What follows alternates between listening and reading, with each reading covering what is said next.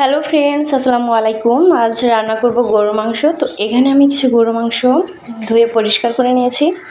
এখন দিয়ে দেব পেঁয়াজ কুচি, দিয়ে দিচ্ছি আদা রসুন ও জিরা পেস্ট। এখন দিয়ে দেব হলুদের গুঁড়ো, দিয়ে দিচ্ছি মরিচের গুঁড়ো, দিয়ে দেব দারুচিনি, দিয়ে দিচ্ছি এলাচ ও লবঙ্গ। এখন দিয়ে দেব স্বাদ মতো লবণ, দিয়ে দিচ্ছি সয়াবিন তেল। এখন এটাকে সুন্দর করে ম্যারিনেট করে নেব। এটাকে সুন্দর করে ম্যারিনেট করতে হবে যাতে মশলাগুলো সুন্দর মাংসের ভিতরে ঢুকে যায়। ম্যারিনেট করা হয়ে গেলে এটাকে আমি রেস্টে রেখে দেব 10 মিনিটের জন্য। ম্যারিনেট করা হয়ে গেছে, এখন এটাকে আমি রেস্টে রেখে দিচ্ছি। তো আমি চুলায় দিয়ে দিচ্ছি একটি প্যান, দিয়ে দিচ্ছি তেল ও পেঁয়াজ কুচি। এটাকে ব্রাউন কালার করে ভেজে আমি মাংসগুলো দিয়ে দেবো। এভাবে রান্না করলে খুব সুন্দর একটি ফ্লেভার আসে, খুবই সুন্দর। এখন আমি ম্যারিনেট করা মাংসগুলো দিয়ে দিচ্ছি। এখন ভালোভাবে নেড়ে চেড়ে কষিয়ে নেব। এটাকে আমি কোনো এক্সট্রা পানি দেব না, মাংস থেকে যে পানিটা বের হবে এটা দিয়ে আমি কষিয়ে নেব। এখন আমি ঢেকে দেব।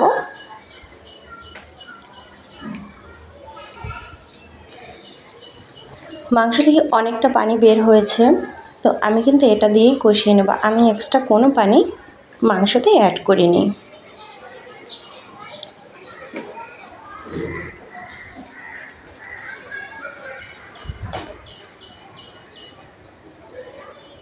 এখন আমি ঢেকে দিচ্ছি। তো কষানো প্রায় হয়ে গেছে, তো আমি একটি আলু অ্যাড করে দিচ্ছি। আলুটাকে আমি আগেই কেটে রেখেছিলাম। আলু দিলে কি হয়, যেমন গরুর মাংসে প্রচুর পরিমাণে তেল থাকে, আলু কিন্তু তেলটাকে শুষে নেয় এবং খেতে খুবই ভালো লাগে।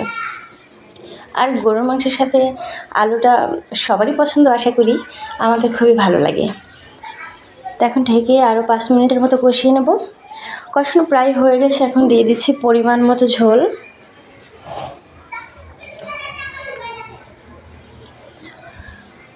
এখন সুন্দর করে নেড়ে চেড়ে দেব।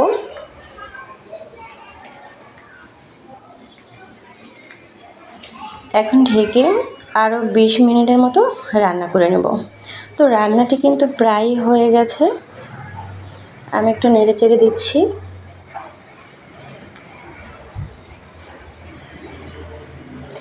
রান্নাটি হয়ে গেছে আলহামদুলিল্লাহ। তো আপনারা কিন্তু এভাবে ট্রাই করে দেখবেন, আশা করি সবারই ভালো লাগবে।